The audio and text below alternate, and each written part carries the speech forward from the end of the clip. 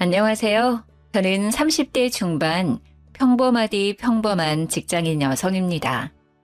출퇴근길 운전하면서 유튜브 사연 들으면서 같이 욕하는 재미로 살고 있습니다. 저의 얘기를 보내면 많은 분들이 분노해 주시고 공감해 주지 않을까 싶어서 용기 내서 사연을 씁니다. 매번 사연을 들으면서 청취자의 입장으로 욕하기만 하다가 저의 얘기를 쓰려니 조금 떨리지만 천천히 써내려가 보도록 하겠습니다. 잘 들어주세요. 시작합니다. 저의 20대는 연애하면서 다 보냈다 싶을 정도로 나름 여러 명과의 연애를 하며 얻은 경험으로 남자 보는 눈이 점점 좋아지고 있다고 자부하고 지냈습니다. 친구들의 연애 상담 조언도 많이 해주면서 뿌듯함을 느끼기도 하고요.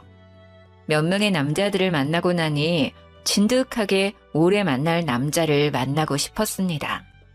30대에 접어들고 나니 가볍고 재미있는 연애가 아닌 내 평생을 오래 함께할 수 있는 사람을 만나기 위해 노력을 많이 했습니다. 동호회도 이곳저곳 나가고 들어오는 소개팅도 마다하지 않고 나갔습니다. 그래도 내 남자다 싶은 사람은 없더라고요. 20대에는 나름 화려하게 보냈는데 30대는 초반부터 외로움이구나 할 무렵 그 남자를 만나게 되었습니다. 직장 선배의 소개로 만난 그는 2살 연상의 IT 계열 회사에 다니고 있었고 첫인상부터 이 사람이다 싶었습니다. 쌍꺼풀 없는 눈매에 시원시원하게 웃는 모습이 매력적이었던 그와는 첫 만남에서부터 호감이었고 다행히 그 역시 저와 같은 생각이었는지 저흰 만난 지 3일 만에 교제를 시작했습니다. 사는 곳도 멀지 않아 매일매일 만났고 한 달 만났을 때부터 결혼 얘기가 오가게 되었습니다. 저도 이 사람과 빨리 결혼하고 싶었지만 한편으로는 두려움이 컸습니다. 그 이유는 저희 집이 이혼 가정이기 때문이죠. 저희 엄마는 제가 20살 때 이혼을 했습니다. 제 어렸을 적 기억에 엄마 아빠는 하루가 멀다 하고 매일 다투셨고 서로 참고 살다가 제가 성인이 될 나이가 되자 이혼을 하셨어요. 그 이후로 저는 엄마와 지내고 있고 아빠와는 가끔 연락하며 지냅니다. 물론 남자친구가 너무 좋고 행복한 가정을 꾸리고 싶은 생각은 있지만 덜컥 겁이 나기도 했습니다. 그래서 이런 속사정을 다 털어놓았더니 그 사람은 저를 따뜻하게 꼭 안아주었어요. 제가 꿈꾸는 가정을 자기가 만들어주겠다며 자기를 믿어달라고 했습니다. 이런 사람이라면 내 남은 인생을 같이 해도 좋지 않을까 싶었죠. 그렇게 만난 지 3개월이 되었을 때 결혼 준비를 시작하기로 했습니다. 친구들은 너무 섣부르게 결혼을 준비하는 것 같다며 천천히 생각해보라고 했지만 이미 저는 행복한 결혼 생활을 할 생각에 아무것도 들리지 않았습니다. 짧은 연애였지만 그래도 이 사람은 내 사람일 거라는 확신을 했거든요. 그렇게 오빠네 어머님, 아버님을 뵙는 첫 식사 자리가 찾아왔습니다. 너무 떨리고 어색하기도 했지만 나름 화기애애한 분위기였어요. 어머님도 아버님도 환영해 주셨어요. 내 주변 친구들은 다 자식들 시집 장가 보내길래 너무 부러웠는데 이제 나도 드디어 아들 장가를 보내는구만. 이쁜 며느리가 생겨서 기분이 좋네요. 만나서 반가워요 정말. 네, 어머님 앞으로 잘 부탁드려요. 처음이라 불편하겠지만 우리 천천히 지내줘 봐요. 이제 우리 가족이 될 사이니까. 네, 아버님. 서로 어색한 공기를 풀어가며 대화를 하던 도중 남자친구 어머니가 친정아빠의 결혼식 참여에 대해 물어보시더라고요. 아, 근데 결혼식 때 아버님이 참석하시나? 좀 그런가? 아니 그래도 있는데 안 오시는 것도 아니지 않나?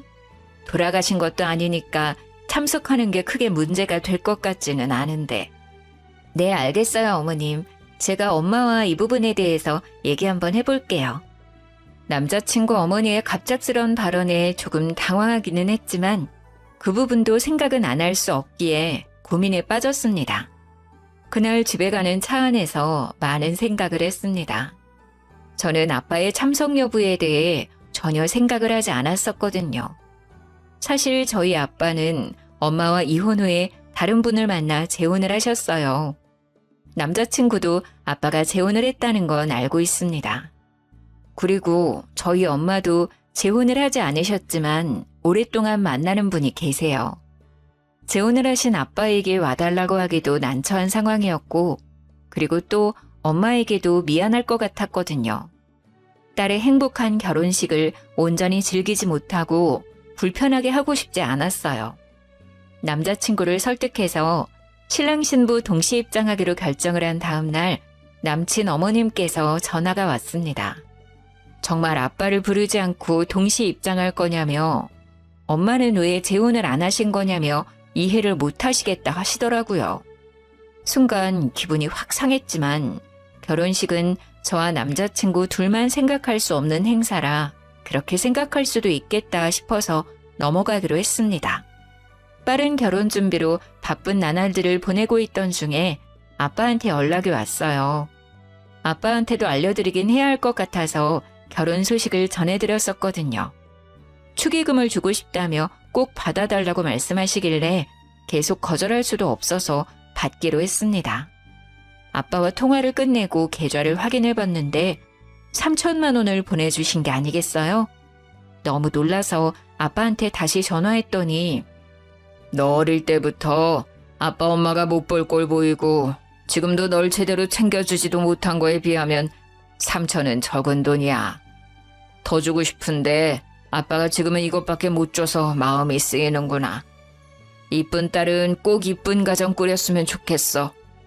아빠가 주는 이 돈은 다시 주지 말고 너 결혼 자금 하렴. 감사하기도 하고 죄송하기도 하고 여러 마음이 교차했습니다. 들리는 얘기로는 아빠가 하는 일이 좋지 않다고 들었거든요. 지난번에 만났을 때는 많이 야위기도 해서 마음이 좋지 않았어요. 무리해서 보내주신 것 같아 신경이 쓰였죠. 하지만 결혼 준비로 너무 정신없이 바빴고 일단 받아두기로 하고 나중에 다시 생각하기로 했습니다. 그렇게 시간이 흘러 결혼식 날이 다가왔고 어머님이 끝까지 아빠의 빈좌석에 대해 얘기를 하셨지만 별탈 없이 결혼식을 무사히 치르고 신혼여행도 잘 다녀왔어요. 남자친구에서 남편이 된 그 사람과 맥주 한잔하며 이런저런 얘기를 나누는데 갑자기 남편이 차를 바꾸겠다고 하는 게 아니겠어요? 아, 맞다 자기야. 이번에 내 차 바꿀까 봐. 딜러 하는 내 친구 알지? 지난번에 걔 만나면서 차도 보고 왔어. 뭐? 갑자기 차를 바꿔? 그 차 아직 멀쩡하잖아. 우리 결혼하느라 돈도 많이 썼는데 좀 더 타다 바꾸자. 아버님이 3천만 원 주신 거 안 썼잖아. 그걸로 바꾸자. 나 차 바꾸고 싶단 말이야. 어차피 당장에 큰돈 들어갈 일도 없으니까 그 돈 써도 되잖아. 우리 아빠가 주신 돈으로 본인 차를 바꾸겠다니 너무 어이가 없고 기분이 나빴습니다. 저는 아빠한테 다시 돌려드릴 생각이었거든요. 오빠, 아무래도 아빠가 준 돈 다시 돌려드리는 게 맞는 것 같아. 안 그래도 얘기하려고 했는데 정신없어서 이제야 얘기하네. 자기야, 그걸 왜 돌려줘? 너 결혼자금 하라고 주신 거잖아. 굳이 왜? 그렇긴 한데 이 돈을 어딘가에 쓰기도 좀 그래. 원래 받았을 때 바로 드리고 싶었는데 정신없어서 잠시 미룬 것뿐이야. 그리고 아빠 요즘 벌이도 좋지 않기도 하고 또 몸도 안 좋아 보여서 마음이 쓰여. 그건 아버님이 알아서 잘 아시겠지. 뭘 그런 것까지 신경을 써. 그런 것까지라니? 그래도 우리 아빠야. 어떻게 신경을 안 써? 그리고 원래 나한테 없었던 돈이니까 없었다고 생각하면 되잖아. 난 꼭 돌려드릴 거니까 그렇게 알아. 아니 멀쩡히 받은 돈을 없다고 생각하자고? 왜? 굳이 또 돌려주는 이유가 뭐냐니까? 그리고 왜 너 마음대로 그런 결정을 해? 남편이 차를 아빠 돈으로 바꾸겠다는 것도 기분이 상했는데 왜 마음대로 결정을 하냐고 하는 말에 기가 찼습니다. 마음대로 결정을 한 건 오빠 아니야? 나한테 상의도 없이 차까지 보고 오는 게 어딨어. 나도 결혼해서 차 바꿨다고 사람들한테 자랑 좀 하자. 아빠한테 돈 받았다고 했던 순간부터 차를 바꿀 생각을 했었던 건가? 이 사람은 차를 바꾸고 싶어서 저랑 결혼한 건가 싶더라고요. 오빠, 내가 결혼 자금으로 돈을 덜 썼어? 아니잖아. 그리고 3천만 원은 아빠가 나한테 준 돈이야. 명백히 따지자면 내 돈인데 오빠야말로 나한테 상의 없이 그 돈으로 차를 바꾸겠다니. 그게 왜 네 돈이야? 네가 결혼을 했기 때문에 주는 돈이니 우리 돈이지. 결혼 안 했으면 아버님이 그 돈 주셨을 것 같아? 네가 나랑 결혼하니까 받을 수 있었던 거잖아. 내 말 틀려? 아빠가 나한테 준 돈이 우리 돈이라고 말도 안 되는 억지를 부리는 모습을 보니 하루빨리 아빠한테 돈을 돌려주는 게 맞다고 생각했어요. 나 몰래 그런 흑심을 품고 있었다고 생각하니 배신감까지 느껴졌습니다. 그리고 그 다음 날 어머님께서 점심 먹으러 오라고 했었던 날이라 응어리진 마음이 풀리지는 않았지만 시댁에 가기 위해 준비를 했습니다. 화장대에서 화장하는 제 옆에 서서 남편은 못마땅한 표정으로 말을 걸었어요. 나 차 계약할 거야. 이미 마음에 드는 차도 골랐단 말이야. 그러니까 3천만 원 다시 돌려드릴 생각하지 말고.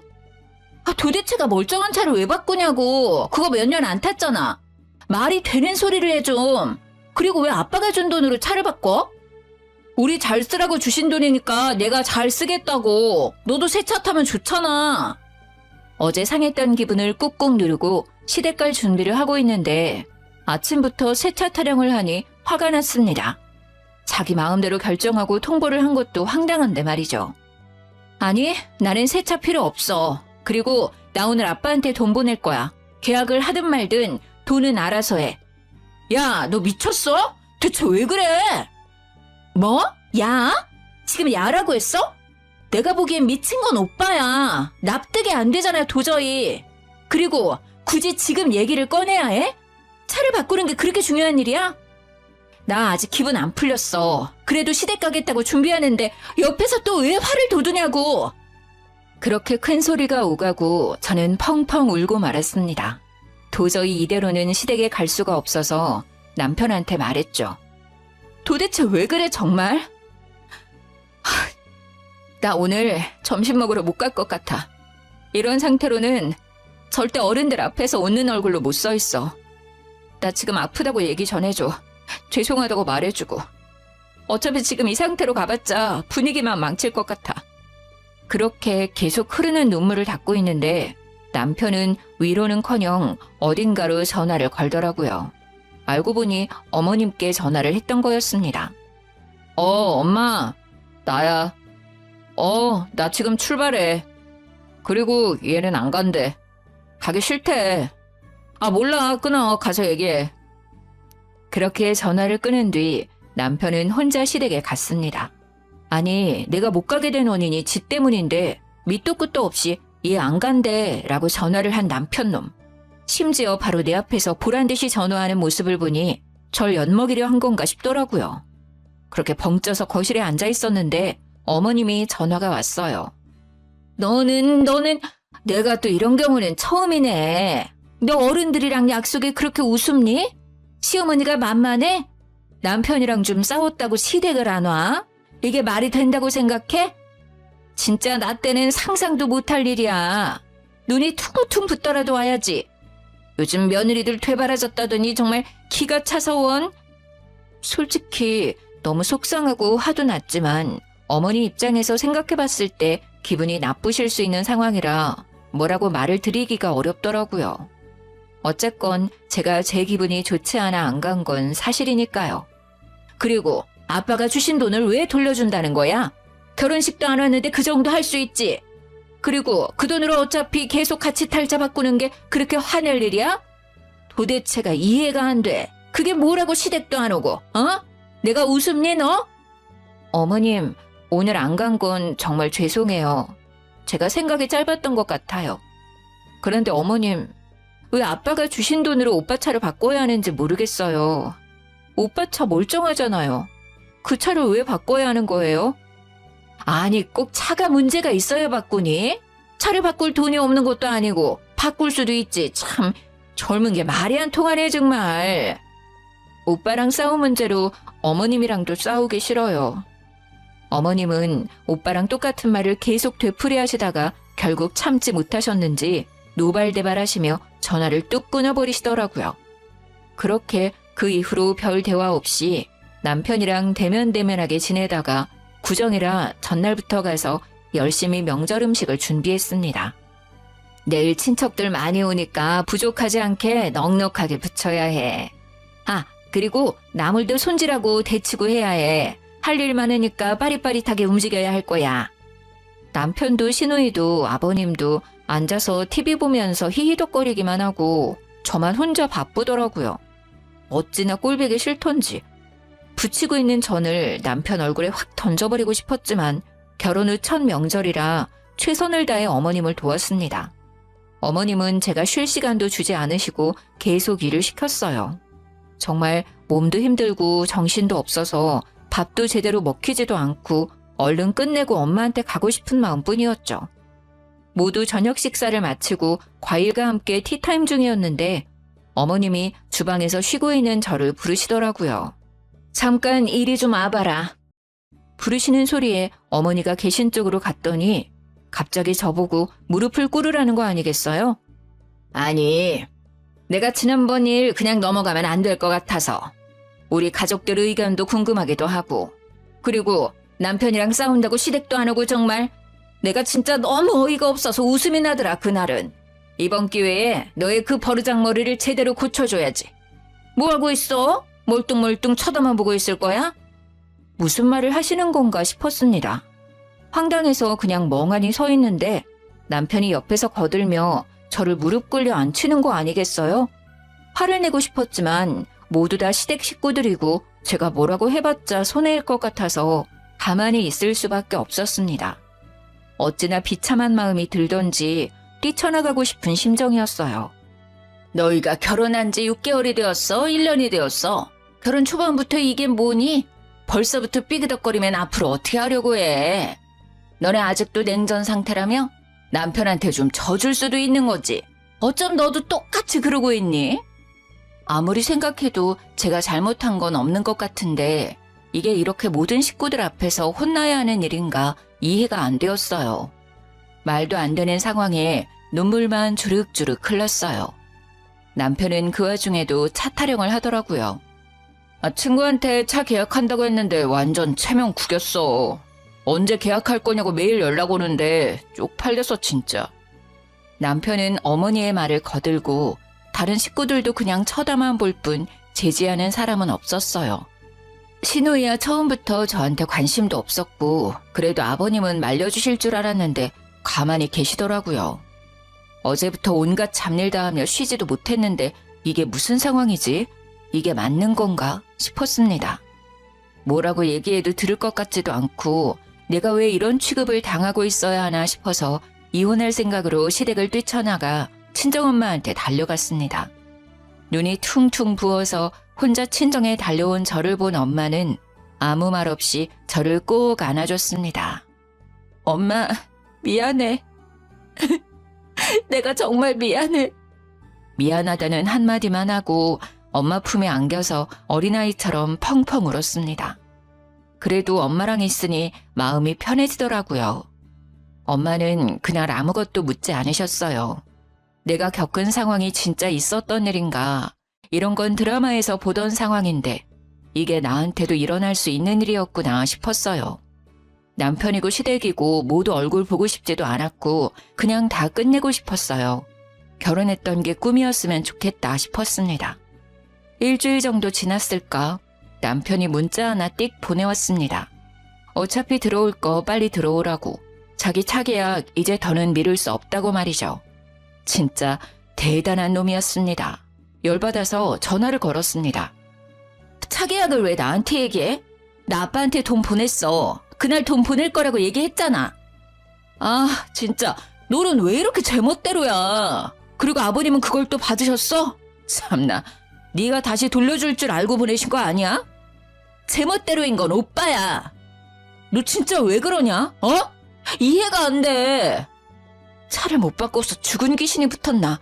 왜 이렇게 계속 차 타령을 하는지 지겹더라고요.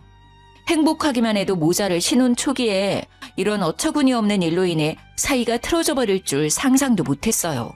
이미 깨질 대로 깨져버린 마음은 다시 붙이기 힘들 것 같았고 이 사람과는 그만 끝내는 게 좋겠다고 생각했습니다. 나 이제 오빠 차 타령하는 거 그만 듣고 싶어. 환청이 들릴 정도야. 이혼해. 어차피 혼인신고도 안 해서 번거로울 것도 없잖아? 네 남편 차 바꿔주는 게 그렇게 싫냐? 그리고 너네 엄마도 이혼하셔서 그런가 이혼이 쉽네? 결혼이 참 우습나 봐, 너네 집안은. 뭐라고 했어? 너네 엄마? 말 함부로 하지 마, 이 새끼야. 그러는 너는 너네 엄마 닮아서 성격이 그따위냐? 뭐? 새끼? 야, 너 진짜 내 옆에 있었으면 한 대 맞았어. 결혼 생활 이어지면 오빠한테 맞기도 했었겠네? 결혼하자마자 본성이 바로 나오네. 짐은 곧 정리할 거니까 그렇게 알고 있어. 전화 끊고 나서도 분이 풀리지 않았지만 그래도 결혼한 지 얼마 안 되어서 혼인신고도 하지 않았을 때 남편의 실체를 알게 되어 다행이라고 생각했습니다. 그날 저녁 엄마랑 밥을 먹고 있는데 엄마 핸드폰으로 전화가 오더라고요. 시어머니였습니다. 저는 엄마한테 받지 말라고 했지만 엄마는 뭐라고 하는지 들어야겠다며 전화를 받았습니다. 결혼한 딸 계속 품고 계실 건가요? 살다 보면 이런저런 일로 다투기도 하는 거지. 애를 잘 타일러서 보내셔도 모자를 판에 이혼이라뇨. 이혼이 애들 장난도 아니고. 사부인 말대로 살다 보면 이런저런 일로 다툴 수 있죠. 그런데 김서방과 사부인이 제 딸에게 한 말과 행동이 이런저런 일인가요? 저는 그런 일은 막장 드라마에서만 나오는 줄 알았네요. 말 되게 이상하게 하신다. 저희가 못할 짓 했나요? 정말 황당하네요. 저도 제 딸이 이혼하기를 바라지 않았어요. 어느 부모가 자식이 이혼하길 바래요? 결혼해서 행복하게 잘 살아줬으면 하는 게 부모 마음 아닌가요? 아무리 세상이 변했다고 해도 여자가 이혼하면 시선이 곱지 않은 거 사부인이 겪어보셔서 잘 아실 텐데요. 그건 남자도 마찬가지 아닌가요? 남자 여자 따지는 시대는 이미 지나갔지요. 엄마도 이혼하고 딸도 이혼하고 참 대단하십니다. 해도 너무하다는 생각이 들었어요. 친정엄마한테까지 함부로 말하는 시모. 하루빨리 이 인연을 끊어내야겠다는 생각을 했습니다. 짐을 챙기러 신혼집으로 가야 했는데 혼자 가기엔 용기가 나지 않아 친구에게 부탁해서 같이 갔어요. 집에 들어가니 다행히 아직 남편은 없었고 친구들과 캐리어에 짐을 하나씩 옮겨 담았습니다. 여기 있는 가전 가구들은 어떻게? 지금 다 옮길 수도 없고 설마 두고 갈 건 아니지? 당연히 챙겨갈 거야. 근데 엄마 집에도 둘 공간도 없고 이 큰 짐들을 어떻게 해야 좋을까? 아, 고민이네. 뭘 걱정해. 당근마켓 있잖아. 저렴하게 올리면 산다는 사람 많을걸? 내가 사진 찍어서 보내줄게. 짐 정리하고 있어. 그렇게 한참 짐 정리를 하고 있는데 하필 남편이 들어오더라고요. 얼씨구, 진짜 뭐하냐? 이거 주거 침입 아냐? 집에 들어오자마자 어이가 없다는 듯 말하는 그 사람의 말은 무시하고 마저 짐을 챙겼습니다. 사진 다 찍었어. 거의 새 제품 컨디션이라 저렴하게 올리면 금방 팔릴 거야. 친구가 찍은 사진들 보며 얼마에 올릴까 고민하며 얘기하고 있었는데 남편이 끼어들더라고요. 잠시만, 당근마켓에 뭘 올려? 여기 있는 가전 가구들 다 내가 산 거잖아.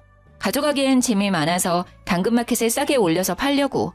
두고 갈 순 없잖아? 오빠 좋은 일 시키는 건데? 진짜 웃기는 짬뽕이네. 그렇게 따진다고 치면 너 여기에서 지낸 비용 줘야지. 아, 그 생각을 못했네? 줄게. 확실하게 해야지.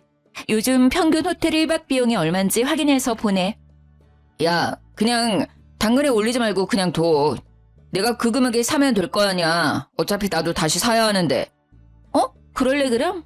안 그래도 하나하나 거래하기 귀찮았는데 잘 됐다. 옮기지 않아도 되고. 금액 정리해서 보낼 테니까 바로 돈 입금시켜. 본인이 사겠다고 하길래 잘 되었다 싶어서 그러라고 했어요. 마저 남은 짐을 싸고 있는데 옆에서 궁시렁궁시렁 뭐라고 하더라고요. 듣는 채도 안 하고 짐 챙겨서 나왔습니다. 친구들도 끝까지 징글징글하다며 혀를 찼죠. 그렇게 아무 일도 없었던 것처럼 일상으로 돌아갔어요. 마침 회사도 바쁜 시기라 정신없이 보냈습니다. 그렇게 한 달 정도 지났는데 남편한테 아무 연락도 없더라고요. 계좌를 봐도 입금된 내역은 없었어요. 이거 가만두면 입 싹 닫고 절대 돈을 안 보낼 것 같더라고요. 그래서 당근마켓에 정말 싸게 올렸습니다. 그랬더니 구매하겠다는 사람들에게 연락이 엄청 왔습니다. 구매하겠다는 분들 중 한꺼번에 구입하고 싶은 사람이 계셔서 그분과 거래를 하기로 했습니다. 날짜를 조율해 구매자를 만나서 무사히 거래를 완료했어요. 정말 운이 좋게도 그 자식이 집에 없을 시간이라 별 문제 없이 진행되었습니다. 하나하나씩 집이 비워질 때마다 웃음이 나서 참느라 혼났습니다.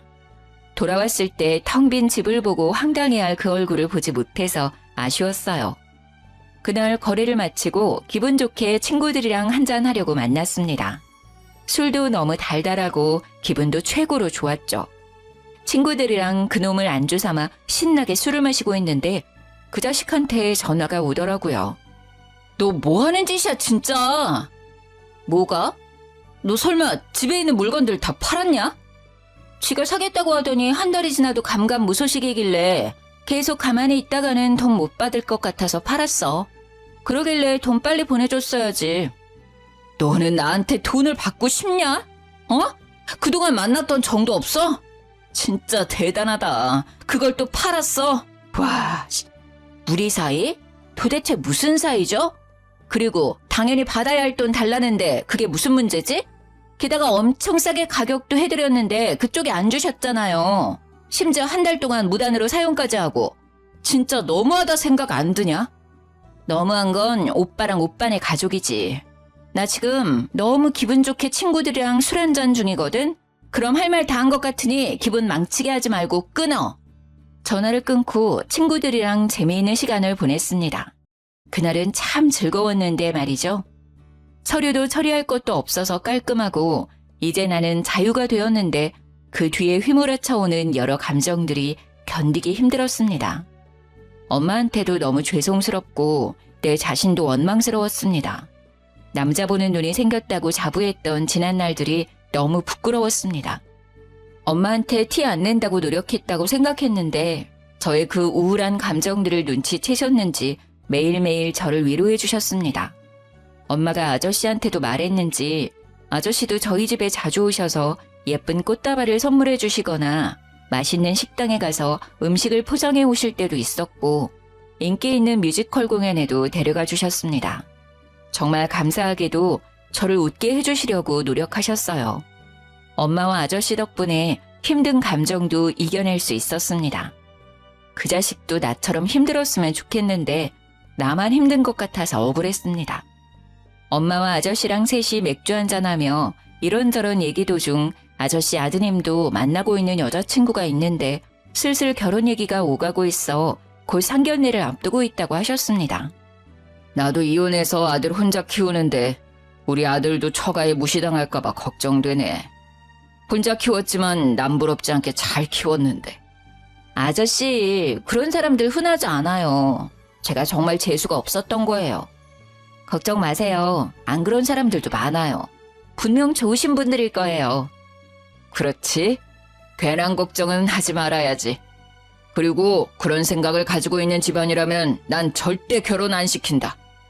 한참 신나게 수다 떨다가 아저씨는 화장실에 가셨고 엄마랑 해외여행이나 갈까 하고 계획을 짜보려고 하는데 하필 그때 아저씨 핸드폰에 전화가 왔는지 벨소리가 울렸죠. 액정을 확인해보니 아드님이더라고요. 아들이 여자친구랑 찍은 사진을 화면에 설정해 놓으셨는지 커플 사진이 뜨길래 슬쩍 쳐다봤는데 순간 너무 놀라 입을 다물 수가 없었습니다. 아저씨 아들이 만나는 여자는 제 전남편의 동생, 바로 전신우이였습니다. 생각해보니 예전에 신우이가 자기 남자친구 얘기할 때 시모가 너희 둘은 하필 이혼한 가족만 골라 만나냐고 한마디 하셨던 게 기억이 쓱 하고 스쳐 지나갔습니다. 그래도 아가씨한테 별말 안 한 이유는 현재 아저씨가 유통업 운영을 하시는데 사업이 꽤 잘 되시거든요.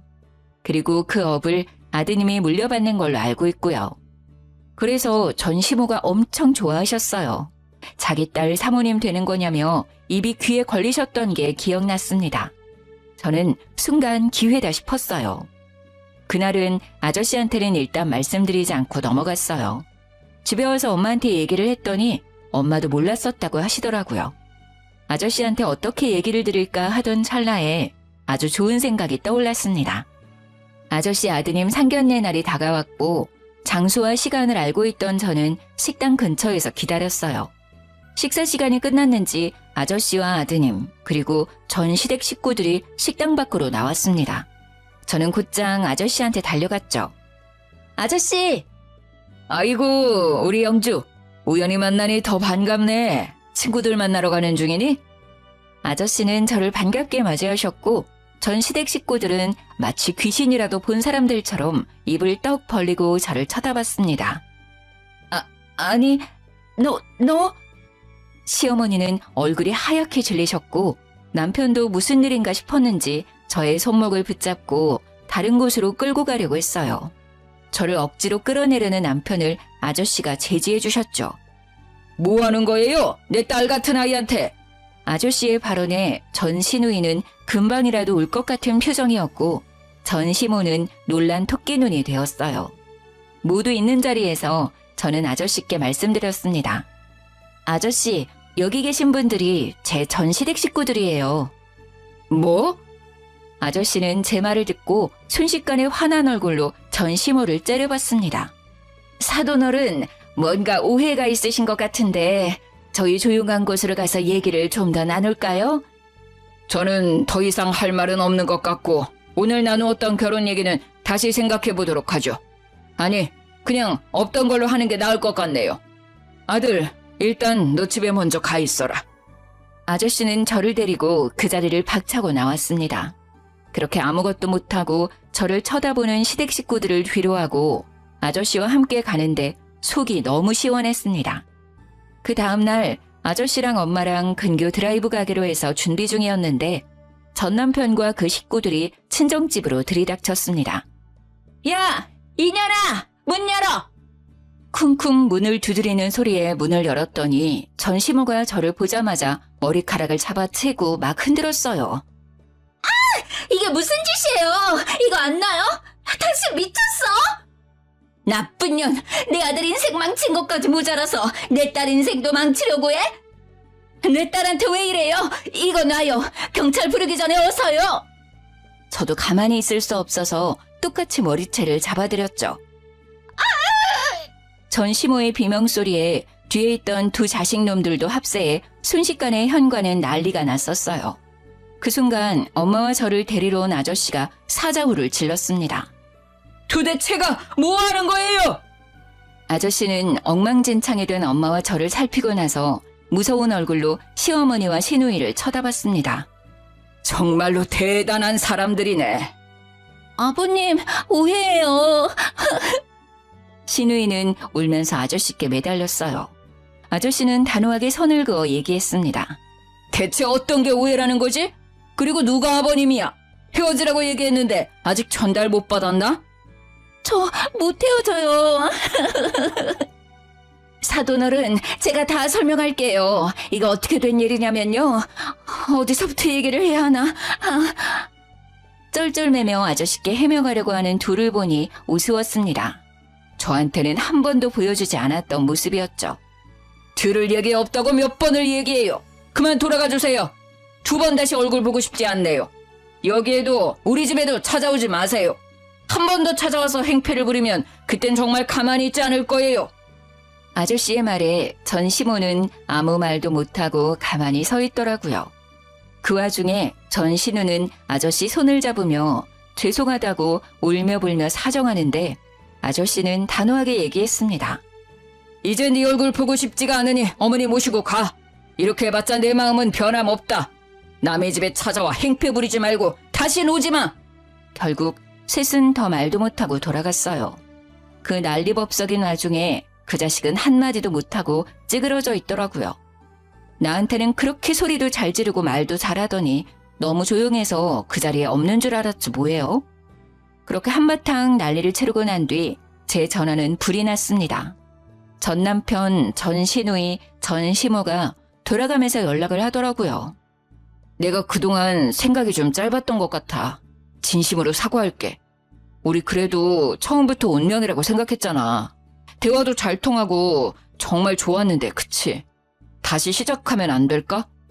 개소리 말고 끊어. 정말 어이가 없었습니다. 이제 와서 갑자기? 무슨 낯짝인 건지 웃기더라고요. 떨어질 것도 없는 정이 더 뚝 떨어졌어요. 그렇게 막말할 때는 언제고 어머님이 시누이 결혼시켜야 하니 절 다시 잡으라고 얘기한 건가 싶었어요. 그리고 그날 저녁 전시모와 전신우가 집에 또 찾아왔습니다. 내가 미안했다 정말. 어차피 서류상으로 결혼도 이혼도 아니니까 다시 우리 아들이랑 잘해보면 안 되니? 내가 잘 타일러 볼게. 어차피 오빠 서류상으로 깨끗한 사람이잖아요. 부모님 다 계시고 오빠 차 바꿔줄 수 있는 여자분 만나시면 될 것 같아요. 섭하게 그게 무슨 말이니? 나 때문에 마음 많이 상했던 거 알아. 내가 사과할게. 제가 이혼한다고 할 때는 우리 엄마까지 들먹이면서 이혼하면 보는 시선 곱지 않다고 비꼬시더니 잘 사는 사돈은 놓치고 싶지 않으셨나 봐요. 언니, 제가 앞으로 잘할게요. 아버님 마음 좀 돌려주시면 안 돼요? 요즘 남친도 저한테 어찌나 차가운지 저 너무 힘들어요. 아가씨가 이렇게 저한테 관심 있었는지 몰랐네요. 그동안 많이 서운했죠? 언니, 제가 뭐 기분 상하게 한 거 있으면 다 말해줘요. 연락 한 번을 안 해서 번호조차 몰랐던 시누이도 자기 꼭 결혼해야 한다며 매일매일 전화와 문자를 수십 통 보내서 번호를 바꿔야 하나 깊은 고민까지 했었어요. 이제 와서 이런다고 저한테 했던 말이랑 행동들이 없던 걸로 되는 건 아니잖아요. 아빠가 보내준 돈으로 아들 차 안 바꿔준다고 식구들 앞에서 무릎 꿇으라고 한 건 생각 안 나세요? 미안하다. 정말 미안해. 내가 왜 그랬는지 모르겠네. 늙으니까 무릎이라도 꿇을까? 그럼 마음이 좀 풀릴 것 같니? 네 마음이 풀린다면 무릎 꿇는 것쯤이야 할 수 있어. 언니, 저도 무릎 꿇을게요. 제발 저 좀 도와주세요, 언니. 제발요. 무릎 꿇겠다며 도와달라고 하는 둘에게 잘 됐다 싶어서 그러라고 했어요. 제가 진짜로 꿇으라고 할 줄은 몰랐는지 조금 당황해하더니 진짜로 무릎을 꿇더라고요. 둘이 무릎 꿇고 사정하는 모습을 보니 솔직히 통쾌했습니다. 일단 오늘은 두 분 다 돌아가세요. 저 너무 피곤해서요. 그럼 조심히 가세요. 그렇게 둘을 돌려보내고 그날 밤 간만에 정말 꿀잠 잤습니다. 그리고 아저씨한테 연락해 그 둘이 계속 찾아와 괴롭힌다고 말했어요. 그 말을 들은 아저씨는 다신 근처에 얼씬거리지도 못하게 하겠다고 혹시나 또 찾아오면 바로 전화하라고 하셨죠. 그 이후 전 시댁 식구들이 집에 찾아오는 일은 없었어요. 결국 전신우 결혼이 완전 무산되니 전시모가 매일 제게 전화로 저주를 퍼붓더라고요. 너같이 심보 고약한 애는 처음 봤다. 나쁜 년, 못된 년, 싸가지 없는 년. 네가 뭔데 우리 가족들 인생을 망쳐? 내가 너 매일 처주할 거야. 알았어? 남의 인생 망쳐놓고 넌 잘 살 것 같냐? 너 같은 애는 똑같이 당해봐야 한다. 너 같은 애를 며느리라고 받아준 게 한이다. 그럴 때마다 저는 녹음을 해놨고 문자로 보내시면 캡처를 했습니다. 나중에 모아보니 어마어마하더라고요. 전 남편한테 전화를 걸어서 말했습니다. 자업자득이란 말 알지? 내가 뭘 어쨌다고 매일매일 괴롭혀? 나 너네 엄마가 나한테 한 톡언들 다 캡처하고 녹음해서 가지고 있어. 계속 이렇게 하신다면 나도 가만히 있지 않아. 오빠가 다른 여자들 만나거나 시누이가 새로운 남자 만날 때마다 어머니가 나한테 한 집 보내서 어머니 실체 밝힐 거야. 그러니까 그만하시라고 해. 나 이제 더 이상 참지 않아. 전화를 끊고 어머님이 했던 폭언들에 대한 자료를 남편한테 보냈습니다. 또 연락 오면 이 증거들로 정신적 피해보상 청구까지 할 거라고 했어요. 겁먹었는지 그 이후로는 연락이 안 왔습니다. 진짜 변호사를 찾아가야 하나 싶었거든요. 그렇게 완전히 시댁 식구들이랑 끝내고 1년 정도 지났을 때 전 남편이 연애를 시작했다는 얘기를 건너 듣게 되었어요. 몰랐으면 모를까 알게 된 이상 그 여자분 인생을 구해야겠다는 생각이 들더라고요. 그래서 그 여자분 연락처를 지인을 통해 알아내어 전 시모가 저한테 보냈던 문자와 전화 녹음 파일을 죄다 보내드렸습니다. 그 뒤로는 어떻게 되었는지는 굳이 확인하지 않았어요. 다정한 척, 배려 있는 사람인 척 했지만 결국에 검은 속내를 들켜버린 그 사람과 우리 엄마 재혼 못했다고 무시하고 우리 아빠 돈으로 자기 아들 차 안 사준다고 나를 괴롭혔던 시모까지.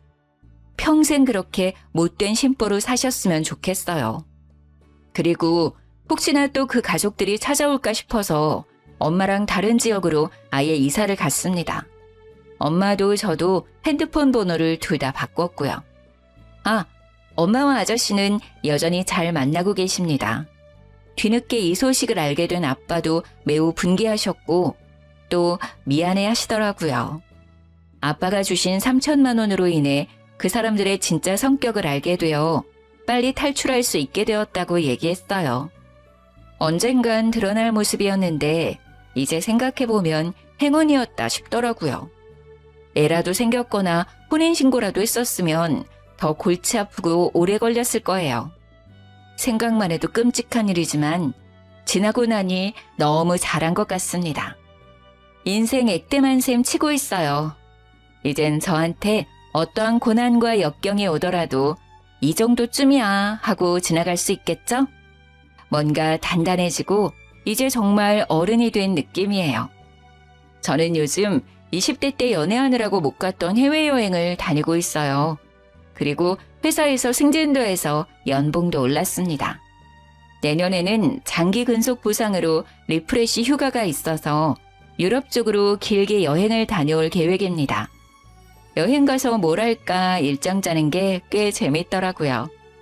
이 좋은 걸 연애하느라 왜 못했었는지 몰라요. 그래도 이제라도 여행의 재미를 알게 되어 다행이라고 생각합니다. 그리고 한번 제대로 당해보니 연애 생각은 다신 안 나더라고요. 이제는 저를 위한 인생 살아보려고 합니다. 물론 좋은 사람이 생긴다면 더욱 좋겠지만 이대로도 좋은 것 같아요. 너무 긴 사연인데 재미있게 들어주셨을까요? 같이 분노해 주시고 같이 속 시원해 하셨으면 합니다. 감사합니다. 늘 행복하시고 건강하세요.